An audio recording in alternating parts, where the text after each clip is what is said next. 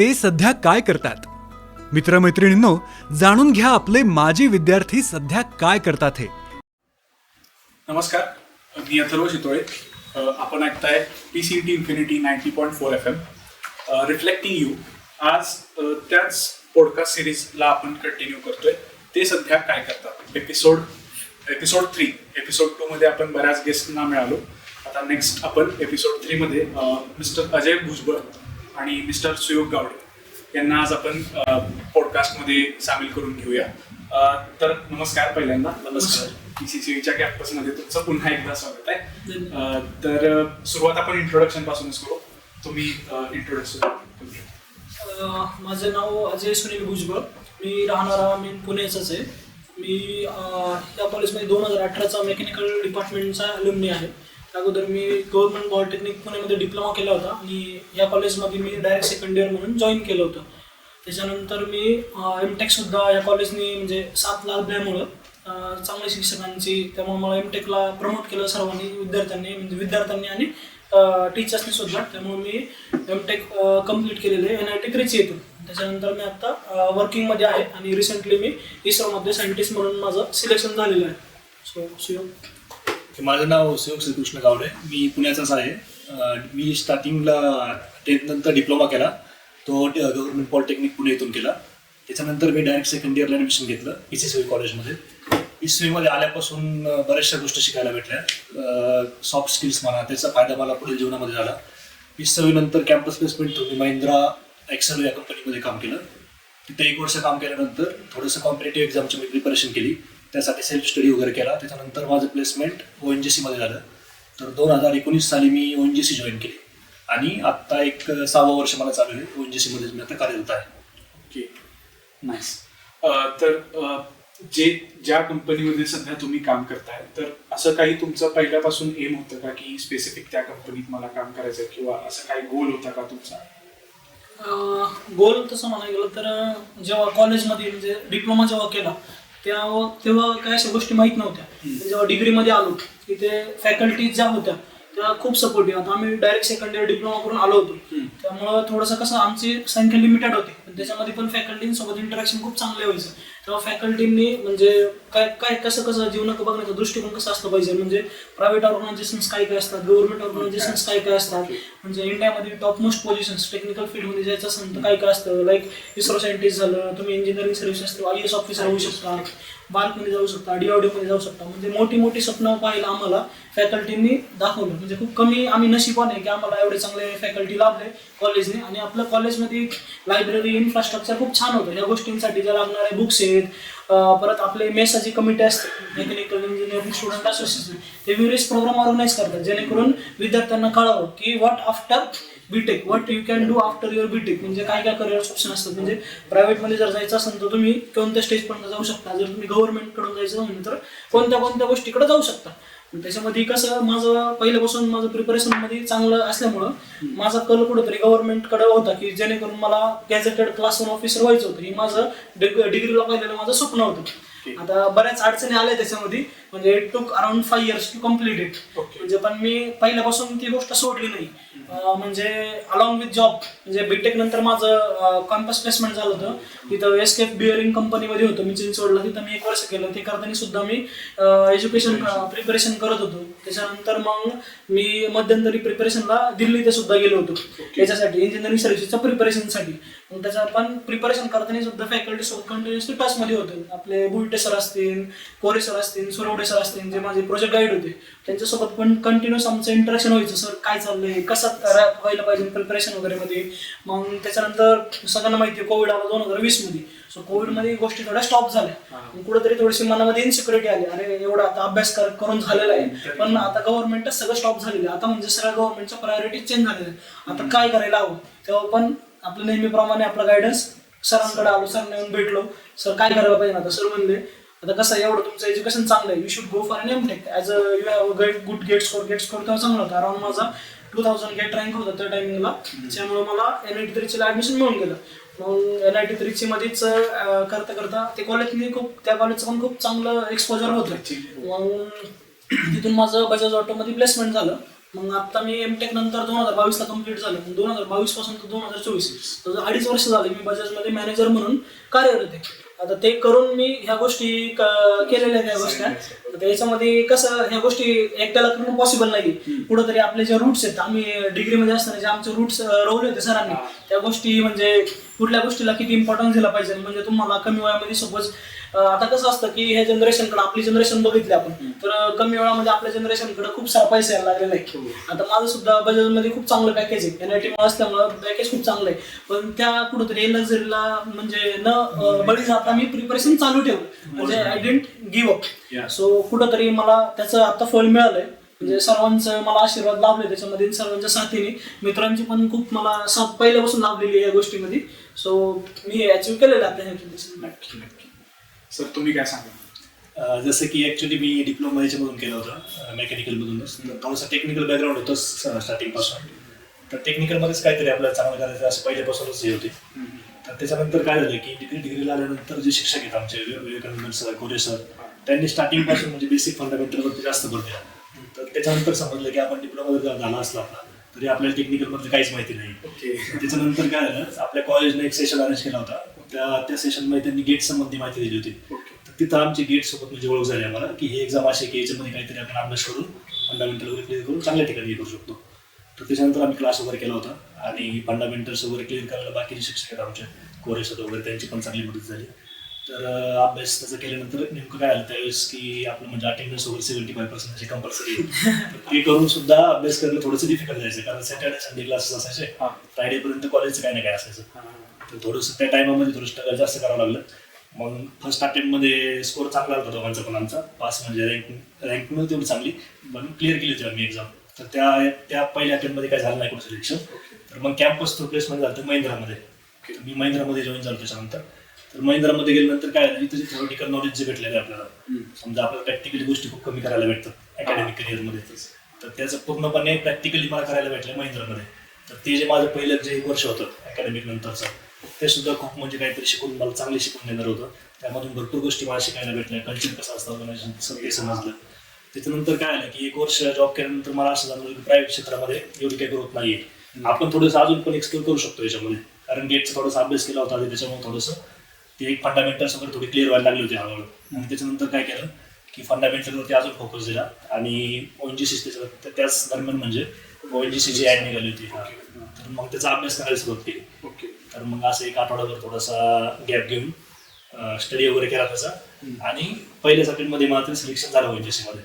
तर ते माझ्यासाठी एक आयुष्यात रक्षण होतो आणि नक्कीच ते होण्यामागे कॉलेजचा खूप मोठा त्याच्यामध्ये एक हे सहभाग आहे. आणि आता मी 2019 नंतर मग कंटिन्यू ONGC मध्ये काम करत आहे. अगदी म्हणजे कॉलेजचा वाटा अगदी तुम्ही व्यवस्थित कॉलेजचा ऐकलं म्हणजे कॉलेजने आम्हाला मोठी स्वप्न बघायला शिकवली. म्हणजे एवढं पण सांगतो की आम्ही डिग्रीत आल्यानंतर 3rd इयरला आल्यावर कळलं की IIT NIT नावाचं पण कॉलेजमध्ये इंडियामध्ये एक्झिस्ट करतं. ही पण गोष्ट माहित नव्हती आम्हाला की IIT म्हणून पण काही कॉलेज असतं. ते कॉलेजच्या व्हेरियस प्रोग्राम मधून त्या गोष्टी बघत गेलो, म्हणजे समजत गेलं. म्हणजे आमची स्वप्न खूप लिमिटेड होती.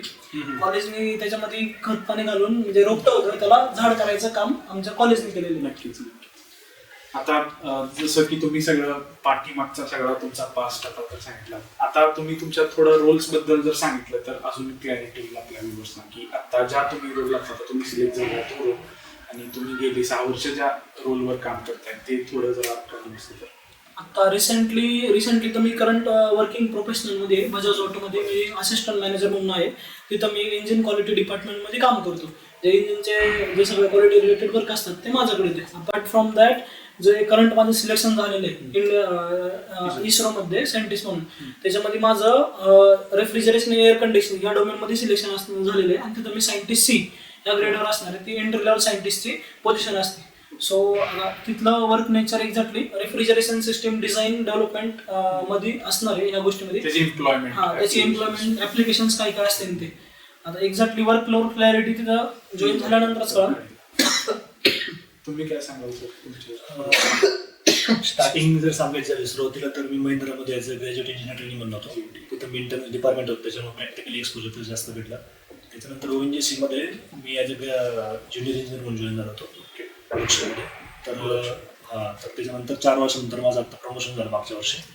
मी आता सिनियर इंजिनियरमध्ये गेलो प्रोडक्शनमध्ये. तर आमचं ॲक्च्युली काम कसं असतं की जे आपले ऑइल गॅस याचे जे पॅरामीटर्स असतात, प्रेशर, टेम्परेचर, तर ते कंट्रोल करायचे असतात आम्हाला. तर त्यासाठी कंट्रोल रूम असतं. कंट्रोल रूममध्ये स्कॅडा असतो पूर्ण. स्कॅडावरती सगळे पॅरामीटर्स वगैरे दिसतात. तर त्याचे जे फ्लक्च्युएशन्स आहे प्रेशर, टेम्परेचरचे, ते आम्हाला मॉनिटर करावं लागतं आणि त्यानुसार नेसेसरी ॲक्शन घ्यावं लागतं. समजा इन केस शटडाऊन वगैरे झाला तर बेसिकली प्रोसेस कंट्रोलचं काम आहे आमचं. छान, अगदी छान. तर तुम्ही बऱ्यापैकी गोष्टी सांगितल्याच, पण ज्या बीटेक झाल्यानंतर किंवा तुमचं एमटेक झाल्यानंतर त्यानंतर कॉम्पिटिटिव्ह एक्झाम, म्हणजे ही एक्झाम मला द्यायची आहे किंवा ह्या एक्झामसाठी मला प्रिपेअर करायचं आहे, ते कसं सुरू केलं तुम्ही? ते आतून येतं, हो, ते बरोबर. त्या प्रोसेसबद्दल जरा सांगा. सुरुवातीपासून तर आम्ही गेटला प्रिपेअर केलं होतं. जसं जसं म्हणजे सुरुवातीपासून एक्झामची एवढी क्लॅरिटी नव्हती. गेट एक एक्झाम माहीत होती, म्हणजे जसं गेटच्या एक्झामचं प्रिपरेशन केलं आणि मध्यंतरी सांगितलं की मी दिल्लीमध्ये गेलो होतो. सो तिथे गेल्यानंतर थोडंसं एन्व्हायरमेंट खूप छान मिळालं मला तिथं. म्हणजे वेगवेगळ्या ऑल ओव्हर इंडियामधून मुलं आली होती तिथं. सो तिथे जाऊन वेगवेगळ्या एक्झामबद्दल अजून कळलं की बाबा इस्रो म्हणजे याच्यामध्ये गेट करून तुम्ही जाऊ शकता मल्टिपल फील्डला. म्हणजे तुम्ही can go for the PSUs also, you can go for IITs also, NITs also. But apart from it, there are something better which are you can directly go to the Indian government. Like you can go as an IAS officer, Indian Engineering Services. Defense sector में भी आप जा सकते हैं. फिर railways मध्ये सुद्धा जाऊ शकतो तुम्ही. डिफरंट सेक्टर्स आहेत त्याच्यामध्ये. परत तुम्ही इस्रो, DRDO, बार्क, त्याच्यानंतर अजून जे HAL आहेत तिथं तुम्ही ॲज अ गॅझेटेड ऑफिसर तिथं पण सुद्धा जाऊ शकतो. तुम्ही त्यावेळी मग इस्रोच द्यायची असे ऍक्च्युली ऍक्च्युली त्याचं कसं असतं की या सगळ्यांचा जर तुम्ही बघितलं सिलेबस, तर तुम्ही स्टडी केला त्या टायमिंगला आम्ही काय केलं, ह्या डिफरंट एक्झाम बघितलं. तेव्हा मनात ते एक पक्क होतं की आपल्याला गॅझेटेड ऑफिसर बनायचं. Even though I cannot be IAS officer, त्याचे इक्विव्हॅलंट आपल्याला पोस्ट काढायची होती. सो गॅझेटेड क्लास 1 ऑफिसरला जेवढे एक्झाम्स असतात इंजिनिअरिंग थ्रू जाऊ शकतात. त्या सगळ्या एक्झामचे सिलेबस आम्ही डोळ्यासमोर घेतले. सिलेबस कॉमनाइज करून एक स्टडी असतो, तो स्टडी केला आणि एक्झाम्स देत राहिलो. ओके. म्हणजे कॉमन एक मल्टिपल एक्झाम्स दिलेले आहेत आम्ही, अजूनही देतोय. असं नाही की अजून थांबलेलं आहे, हा प्रवास थांबलेला नाहीये. अजूनही एक्झाम्स देतोय, पण सेंट्रलाइज एक अभ्यास करतो. म्हणजे एक परीक्षा कुठली तरी ठेवून, म्हणजे आता कॉमन सिलेबस टाईप. म्हणजे एक तुम्ही मेन परीक्षा सपोज इंडियन इंजिनिअरिंग सर्व्हिसेस झालं, तुम्ही त्या एक्झामला प्रिपेअर केलं, त्याचा सिलेबस एवढा वास्ट असतो की तुम्ही त्याला प्रिपेअर केलं की तुम्ही सगळ्याला प्रिपेअर केलं असं असतं ते एक्झाम. म्हणजे कोणीतरी मेन एक्झाम किसी बी बल्क एक्झाम आहे, म्हणजे तुम्हाला बाहुबलीसाठी प्रिपेअर करायचं आहे, तुम्ही बाकी सगळं घेऊन घ्यायचं असं असतं. तुम्ही असं ठरवलेलं की ONGC द्यायचं? नाही, असं ठरवलं तर नव्हतं काय. असं ॲक्च्युली काय होतं, प्रायव्हेटमध्ये 1 वर्ष काम केल्यानंतर असं जाणवलं की बाबा थोडंसं कल्चर थोडंसं मॅच नाही झालं की असं ठीक आहे बा, आपण थोडा अभ्यास केला तर अजून ट्राय करू शकतो, झालं तर बेटरच आहे असं. तर मग गेटचा अभ्यास करतच होतो, त्याच्यामध्ये थोडंसं बेसिक फंडामेंटल्स क्लिअर होते थोडेसे. तर मी एक्झाम द्यायला सुरुवात केली अशी. असं ONGCची पहिली नव्हती एक्झाम, HPCLची वगैरे दिली होती. तर काय व्हायचं, त्याच्यामध्ये कट ऑफच्या थोडं बाउंड्रीला राहायचो, थोडे 1-2 मार्क कमी पडायचे. तेव्हा असं कॉन्फिडन्स आला की जॉब करता करता पण आपण जर याची करतो, थोडासा अजून फोकस केला तर अजून आपलं होऊ शकतं सिलेक्शन याच्यामध्ये. तर मग त्या दरम्यान ONGC ॲड आली होती. मग त्या संबंधी मग अभ्यास केला. आणि टेक्निकलचं कसं आहे, सगळ्या जे एक्झाम्स आहेत ना, HPCL, ONGC म्हणा किंवा DRDO, यांचा टेक्निकलचा जो सिलेबस आहे तो सेमच आहे जवळजवळ. फक्त काय त्याचा जो लेवल आहे ती थोडीशी वरची असं काहीतरी असतं. बरोबर. इस्रो IAS त्यांची एकदम टॉप लेवलची असते समजा, ONGC त्याच्या खालोखाल असते. तर या गोष्टींचा मग थोडासा अभ्यास केला, त्याचा सेल्फ नोट्स वगैरे काढल्या. म्हणजे सेल्फ स्टडी करून ज्या नोट्स आपण काढतो ना, त्याचा खूप फायदा होतो आपल्याला कुठेतरी. कारण बाकीच्यांनी सांगून आपण लिहिलं आणि आपल्या स्वतःचे समज त्याच्यामध्ये खूप जास्त फरक आहे. तर मग त्यामुळे कमी दिवसामध्ये चांगलं प्रिपरेशन झालं आणि झालं तुमचं सिलेक्शन. आता तुम्हाला तुमचे थोडे जुने दिवस आठवायला लागतील. खरं तुमचा प्रिपरेशन मधला एक दिवस कसा असायचा हे जर आम्हाला कळलं तर खूप मदत होईल. माझं ते डिफरंट फेजेस आहेत. म्हणजे वेगवेगळ्या मोमेंटला लाईफच्या मी प्रिपरेशन केलेलं आहे. अराउंड सुरुवातीपासून सांगतो की मी डिग्रीला असताना, कॉलेजला असताना, आमचं कॉलेज असायचं अराउंड 8 ते 5 कॉलेज असायचं. अजून पण तेच टायमिंग मोस्टली फॉलो असेल. सो 8 ते 5 कॉलेज असायचं. कॉलेज झाल्यानंतर घरी जायचं. घरी झाल्यानंतर थोडंसं फ्रेश, म्हणजे 6 वाजेपर्यंत सगळं होऊन जायच्या गोष्टी. नंतर मग लायब्ररीला आम्ही, म्हणजे दरवेळेस अभ्यास घरी नाही केला जनरली अभ्यास, कारण की थोडंसं एन्व्हायरमेंट चांगलं असायला पाहिजे. सो कारण की लॉंग सेटिंगला लायब्ररी प्रिफरेबल.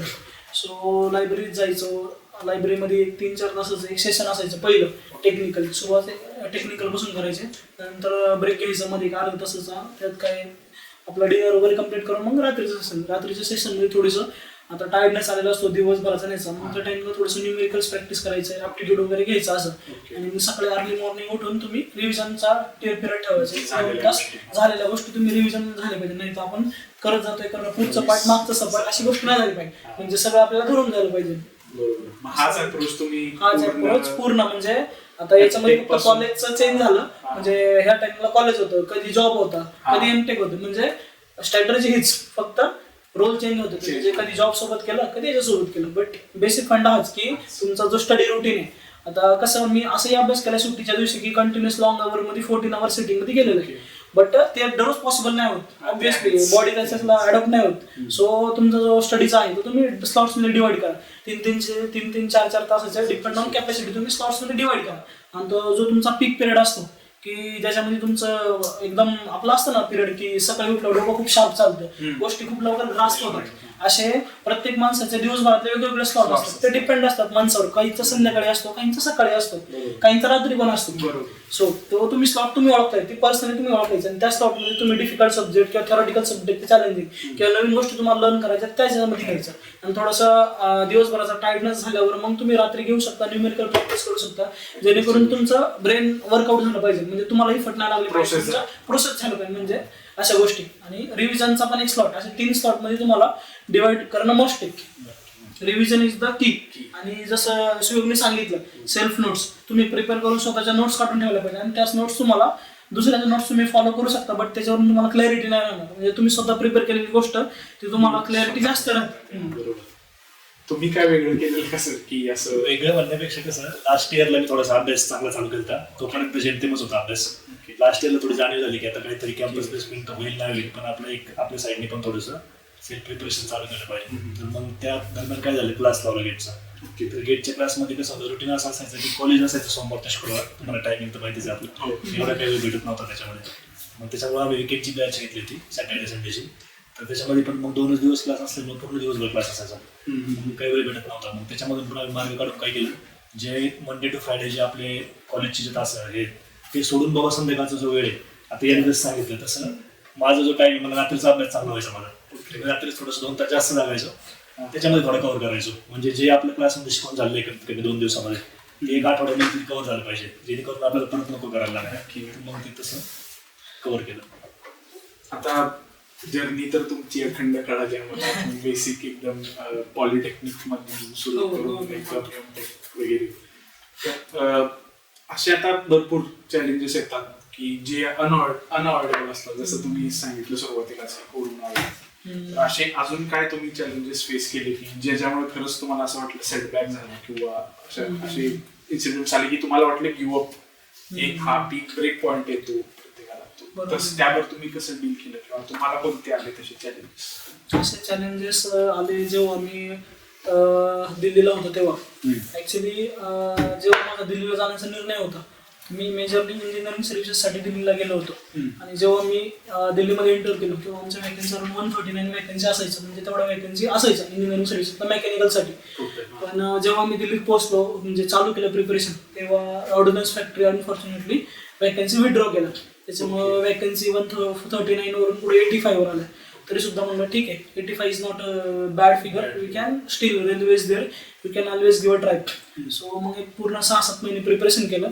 बरोबर आमची अजूनही आठवतं 8 जानेवारीला पेपर होता आमचा प्रिलिम्सचा, आणि कुठंतरी 2 जानेवारीला रेल्वेची नोटिफिकेशन आली की we are withdrawing railway vacancies. So रेल्वेने पण त्यांच्या वॅकन्सी काढल्या, आणि वॅकन्सी उरल्या फक्त 29. सो 139 साठी प्रिपेअर केलं होतं, आणि ऍट द एंड ऑफ जेव्हा एक्झामला बसलो, आता तुम्ही 1 आठवड्यात काहीच करू शकत नाही, तुमचं पूर्ण वर्षभराचं ते असतं, 1 आठवड्यात तुम्ही you cannot do anything. So directly 139 पासून 29 वॅकन्सीचं प्रिपरेशन. आणि आम्ही 2020 ची एक्झाम देणार होता ISC, आणि 2019चा कट ऑफ होता अराउंड 187 कट ऑफ होता. त्याच्यानुसार आमचा जो ग्रुप होता, पूर्ण आमचा महाराष्ट्र पीपलचा ग्रुप होता, तिथं अराउंड 22 जण होते तिथं. सो प्रिपरेशन आम्ही ग्रुपनीच करायचो तिथं, म्हणजे ग्रुप चांगला तयार झाला होता. आम्ही तेवढी फिगर ठरवली होती की बाबा 230, 235 with a good score, because 189 आहे, जास्तीत 187, जास्तीत जास्त की ±20-25 होऊ शकतो. जास्तीत जास्त 210 पर्यंत कट ऑफ लागेल. वेकेन्सी एवढ्या आहेत तर 85 असेल तर 210 पर्यंत लागेल. आता थोड्याशा ऑर्डिनन्स फॅक्टरी गेले तर 20-25 कट ऑफ वाढणार, बट 220 तो क्रॉस नाही करणार. त्यामुळे आम्ही टार्गेट ठेवून 235-240 केलं होतं. आणि बरोबर त्या टायमिंगला मला 238 मार्क्स आले होते. इंजिनिअरिंग सब्जेक्ट फर्स्ट अटेम्प्टला मला 238 प्रिलिम्सला मार्क्स आले होते. म्हणजे आम्ही कॅल्क्युलेट केलं होतं, म्हणजे रिझल्ट डिक्लेअर नाही होत, पण आपण अँसर किंवा आपण काढतो. आपल्याकडे OMR शीट असते. सो 238 मार्क्स आलतो आणि तेव्हा कट ऑफ लागला होता अराउंड 255, कारण की दोन्ही वॅकन्सी विड्रॉ झालं रेल्वेने. तेव्हा मला म्हणजे खूप हे झालं होतं की माझं पूर्ण एक अख्ख्या वर्षभराचं प्रिपरेशन की जे स्वप्न घेऊन सगळं सोडून आलो होतो दिल्लीला. म्हणजे फर्स्ट टाइम घरातून बाहेर पडलो होतो. तसं मी बेसिकली पुण्याच आहे. सो मला सगळ्या गोष्टी पुण्यातच, माझं स्कूलिंग इथंच झालं, माझा डिप्लोमा इथंच झाला, डिग्री इथंच झालं. मी हॉस्टेलचा हेच पण कधी बघितला नव्हतं. हॉस्टेलचं कधी जेवण नव्हतं, पुणे सोडून जेवण. आणि आपल्या पुण्यासारखं व्हरायटीचं जेवण पुढंच नाही. या सगळं त्याग करून मी दिल्लीमध्ये 1 वर्ष राहिलो होतो. एवढं सगळं प्रिपरेशन केलं होतं. आणि ह्यानंतर ह्या वॅकन्सी विड्रॉ झाल्या. हे अनफॉर्च्युनेटली कोणीच काय करू शकत नाही. It was a government change, we have to follow it. आणि त्याच्यानंतर त्याच टोकावर नेमका आणि कोविड सुद्धा आला होता. म्हणजे 2 एकदम मेजर थ्रॉट बॅक याच्या करिअरमध्ये आले होते त्या टाइमला. म्हणजे मी कम्प्लिटली ब्लँक झालो होतो की आता काय करायला हवं. मी थोडासा डिप्रेशनमध्ये पण होतो. 1 आठवडा डिप्रेशनमध्ये होतो. घरीच एकदम रूममध्ये बंद बसलो होतो. कुणासंग बोलत नव्हतो, काय नव्हतं. मग त्याच्यानंतर बॅक टू बेसिक्स आपल्या सरांना येऊन भेटलो. सरवडे सर झाले, आपले बोईटे सर, कोरे सर, त्यांना येऊन भेटलं की सर काय करायचं, असं झालंय बाबा. कॅम्पसचं पण मी प्लेसमेंट मिळवलं ते सोडलंय. म्हणजे असं प्रिपरेशन मध्ये होतो. आता अनफॉर्च्युनेटली सगळं अशा गोष्टी झाल्यामुळे मला समजतच नाही पुढे करायला पाहिजे. ते म्हणले की तुझं सिलेक्शन झालं नाही म्हणून काय झालं, पण तुझा स्कोअर खूप चांगला आहे, तुला IIT NIT you can still try. So मग त्याच्यानंतर मी ट्राय केलं, तुम्हाला NIT त्रिचीमध्ये ऍडमिशन मिळून गेलं. मग मी NIT त्रिचीमध्ये ऍडमिशन घेतलं. तो जो पिरियड होता तो टायमिंगचा, तो थोडासा चॅलेंजिंग पिरियड होता माझ्यामध्ये. ते सर्वे त्या मोमेंटमध्ये जर मी सर्वे केलं नसताना, मला प्रॉपर गायडन्स नसताना मिळाला, तर मी आता तुमच्यासोबत इथं नसतो. नक्की नाही. तुमच्या संदर्भात अशा काही चॅलेंजेस आलेले? चॅलेंजेस म्हणजे कॅम्पस प्लेसमेंटमध्ये जेव्हा महिंद्रामध्ये सिलेक्शन झालं ना माझं, त्यावेळेस मेंटेनन्स डिपार्टमेंटमध्ये होतं आणि सगळ्यात जास्त काम मेंटेनन्समध्ये असतं. त्यामुळे काय व्हायला लागलं, माझ्या मनामध्ये एक असं होतं की बाबा नाही, आपण स्टडी करून जॉब करून आपण स्टडी करायचा. पण ऍक्च्युअलमध्ये जेव्हा मी गेलो ऑर्गनायझेशनमध्ये, तिथलं कल्चर वगैरे जेव्हा बघितलं, तेव्हा ती गोष्ट खूप आवड वाटली. अचानक काय झालं, माझा जो फ्लो होता स्टडीचा तो ब्रेक झाला आणि त्याच्यामध्ये भरपूर 8-10 महिने निघून गेले असेच. आणि त्याच्यानंतर जाणवायला लागलं की आपण कुठतरी मागं पडतोय, कुठला येतोय. आपण जर समजा असंच कंटिन्यू करत राहतो, प्रायव्हेटमध्ये राहावं लागलं आयुष्यभर. आपण काहीतरी केलं पाहिजे, अभ्यास केला पाहिजे. मग परत बॅक टू बेसिक स्टडीचं करायला चालू केला. परत गेटचा सेल्फ नोट्स जे होतं त्या रिवाईज केल्या आणि मग एक एक्झाम देत गेलो. मग ते तशा गोष्टी हो.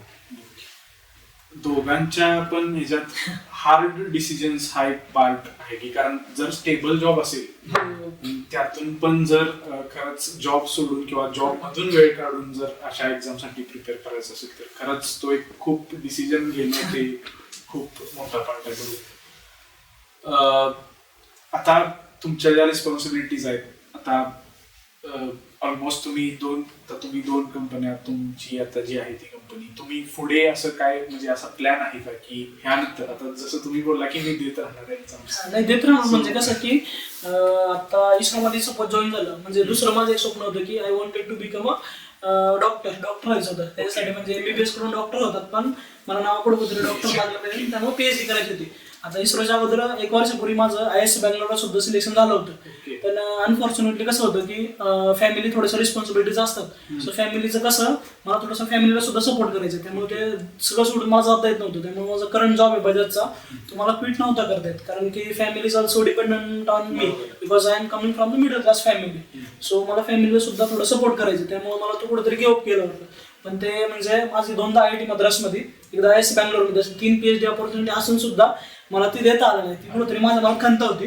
म्हणून आता इस्रोमध्ये म्हणजे माझं असं आहे पुढचं की बाबा इस्रोमध्ये मी सर्व करणार आणि इस्रोचेच प्रोग्राम असतात त्यांचे की you can go for the PhD along with the job. So मी प्रिपरेशनमध्ये चालू ठेवून along with ISRO I am planning for the PhD also to serve in country in more better way. आता मला कंट्रीला सर्व करायचं हे माझं अल्टिमेट एम आहे की इस्रोसारख्या ऑर्गनायझेशन सोबत काम करायला मला मिळतंय. त्याच्यामध्ये आपण आता रिसेंट मिशन बघतो, चंद्रयान मिशन बघतो, मास मिशन बघितलं, अशा कुठेतरी चांगल्या मिशनचा मला सहभाग, माझं कॉन्ट्रीब्युशन मला असं द्यायचंय, जेणेकरून देशाच्या याच्यामध्ये अचिव्हमेंटमध्ये माझं कुठेतरी वाटा असलं पाहिजे. त्याच्यामुळे मला ह्या गोष्टीमध्ये कॉन्ट्रीब्युशन देण्याची इच्छा आहे पुढे. सर तुमचा काय असा पुढचा प्लॅन किंवा काय असं? ऍक्च्युली आता ONGC एक महारत्न कंपनी आहे, तर मिनिस्टर ऑफ पेट्रोलियमच्या अंडर येते ती. तर मला कधी कधी म्हणजे असं प्राऊड फील होतं की आपण एक एनर्जी सोल्जर म्हणून देशाच्या काहीतरी हितासाठी आपण काहीतरी काम करतोय. तर ऑलरेडी मी सॅटिस्फाईड आहे जॉबबद्दल आणि तेच मी कंटिन्यू करतोय. नक्की नक्की तुम्ही प्रमोट तर व्हालच. नक्की. तर आता असाइड अभ्यास झाला, सगळ्या गोष्टी झाल्या, तुमचं रुटीन वगैरे. आता एक्स्ट्रा करिक्युलर ऍक्टिव्हिटीज आणि ज्या सपोर्टिव्ह गोष्टी असतात, इंटर्नशिप्स वगैरे, किंवा ह्याचा रोल तुम्हाला काय वाटतं की किती इम्पॉर्टंट आहे, किंवा तुम्ही केलेल्या गोष्टी जर सांगितल्या तर खूप बरं होईल. ह्या गोष्टींचा रोल खूप इम्पॉर्टंट असतो. स्पेसिफिकली एक्झाम्स कुठलीही असू दे, कुठली गव्हर्नमेंट एक्झाम असू दे, तुम्ही कुठेही जा, you have to face the interview असतं, तुमचे ग्रुप डिस्कशन सेशन्स असतात वगैरे. आता त्या टायमिंगमध्ये काय असतं, आपण कॉलेजमध्ये या गोष्टींकडे सिरियस देत नाही. आता आपल्या कॉलेजचे एक खूप चांगले उपक्रम आहेत की ज्याच्यामध्ये मुलांना ऍक्टिव्हिटीचे सेशन्स असतात, टीम बिल्डिंग ऍक्टिव्हिटीज करून घेतात, ग्रुप डिस्कशन सेशन्स असतात. त्याच्यानंतर हाऊ स्टेज फिअर रिड्यूस करण्यासाठी काही काही टिप्स असल्या पाहिजे. तुम्ही पूर्ण ऑडियन्सला एंगेज कसं ठेवलं पाहिजे, इलेक्टिव्स म्हणा वगैरे. सो ह्या गोष्टी खूप इम्पॉर्टंट असतात, जेणेकरून आता माझा जो इंटरव्ह्यू झाला, पॅनल 9 पॅनल मेंबर्स होते त्याच्यामध्ये. सो त्या पॅनल मेंबर्स मध्ये पूर्ण पॅनलला एंगेज ठेवून प्रॉपर आय कॉन्टॅक्ट सगळ्यांसोबत मेंटेन राहिलं पाहिजे. म्हणजे उत्तर देताना एकाच माणसाकडे तुम्ही असं नाही झालं पाहिजे. म्हणजे entire panel you should keep every one in engage in you. So त्यांना एंगेज ठेवणं, सॉफ्ट स्किल्स कसे असले पाहिजे, हँड जेस्चर्स कसे असले पाहिजे, आई मोमेंट कसे असले पाहिजे, कुठं पॉज घ्यायचा, कुठं थांबलं पाहिजे, की कुठं आपण कॉन्फिडन्स बिल्ड केला पाहिजे, कुठं कॉन्फिडन्स थोडासा कमी दाखवला पाहिजे. सपोज उत्तर येत असेल तर किती लेवल पर्यंत ते सांगितलं पाहिजे. सपोज कुठलं उत्तर येत नसेल, थोडं कॉन्फिडंट असेल, कमी लो कॉन्फिडन्स असेल, तर ते कसं पसंत करायचं, how to deal with the situation. जो माझा इंटरव्ह्यू होता तो थोडासा मी इंटरव्ह्यू एक्सपिरियन्स शेअर करतो. इट वॉज लाईक आपण तुम्ही रॅपिड फायरचं रेडिओचे बघितलं सेशन्स मध्ये. सो इंटरव्ह्यू त्याच्यामध्ये एक झोन एक पिरियड असा होता की तिथं माझ्या रॅपिड फायर क्वेश्चन चालू होते. म्हणजे डिफरंट सब्जेक्ट करून, कधी सॉम नंतर डायरेक्टली फ्लूड करून थर्मल करून हीट ट्रान्सफर, तिथून मटेरियल सायन्स, तिथून प्रोडक्शन, असे रॅपिड फायर क्वेश्चन चालू होते. आता याच्यामध्ये हाऊ आय एम डीलिंग ते सुद्धा जज झालं त्या गोष्टीमध्ये. म्हणजे टेक्निकल बॉडी लँग्वेज पण, म्हणजे तुमचं कसं आहे, तुम्ही प्रिपेअर कसं आहे, तुमचं मेंटॅलिटी कशी आहे, क्वेश्चनकडं किंवा तुमच्याकडे अशी सिच्युएशन दिली तर तुम्ही how you are facing, how you are dealing with the situation. Now they are taking me as a scientist. So देशाच्या कुठेतरी डिसिजन्स मध्ये तुम्ही किती स्टेबल आहात डिसिजन घेण्यासाठी. हे ऍक्टिव्हिटी ज्या असतात टीम बिल्डिंगच्या, या सॉफ्ट स्किलमध्ये जातात सगळ्या ऍक्टिव्हिटी. आणि आपलं कॉलेज त्या ऍक्टिव्हिटी खूप हे करतं. आपण ॲज अ स्टुडंट, मी सुद्धा त्या टाइमला जेव्हा मी स्टुडंट होतो, या कॉलेजमध्ये होतो, अजूनही मी स्टुडंटच आहे. It is not like that की इस्रो सायंटिस्ट स्टुडंट आहे, अजूनही मी स्टुडंट आहे. पण त्या टायमिंग मध्ये कसं होतं की जेव्हा आमच्या वेळेस सेशन्स व्हायचे तेव्हा आम्ही पण या गोष्टींकडून म्हणायचो, अरे काय यार हे पुढं असतंय का असल्या ऍक्टिव्हिटी वगैरे, उगाच पुढं म्हणजे असं होतं की पुढं बोलून बळत आपली इज्जत करणार, हे करणार. It is not like that. But ते तुम्ही स्टेज फेअर, तिथं तुम्ही ऑडियन्स खूप लिमिटेड असतो, तिथं तुम्हाला बघणारी फक्त 4 माणसं असतात. पण it is the preparedness for the entire world.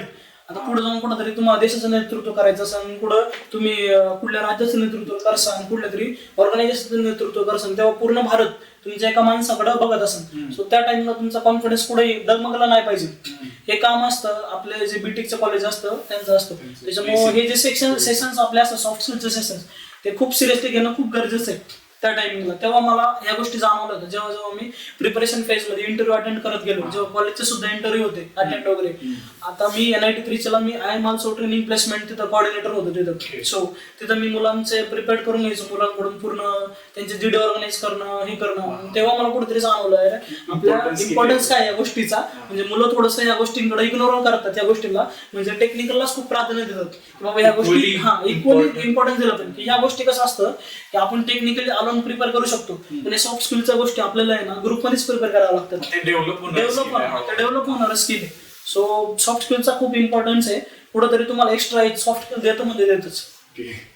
तुम्ही काय सांगाल की आता तुम्ही क्लब्स वगैरे बघितले असतील आपल्या कॉलेजमध्ये, तर तुम्हाला काय वाटतं एक्स्ट्रा करिक्युलरचा म्हणजे एक्झॅक्टली कसा इन्फ्लुएन्स आहे? नक्कीच इन्फ्लुएन्स खूप मोठा आहे, कारण ह्या गोष्टी दिसत नाहीत ऍक्च्युली. सॉफ्ट स्किल जे असतात ना, त्याचा जो इम्पॅक्ट तो खूप जास्त असतो. कारण काय होतं आपल्याला जे जी डी फेस करायचे ते इंटरव्ह्यू फेस करायचे ते त्याच्यामध्ये आपलं कम्युनिकेशन स्किल किती वगैरे सगळे, तर त्याचा नक्कीच मुलांनी उपभोग घेतला पाहिजे आणि सिरियसली घेतला पाहिजे.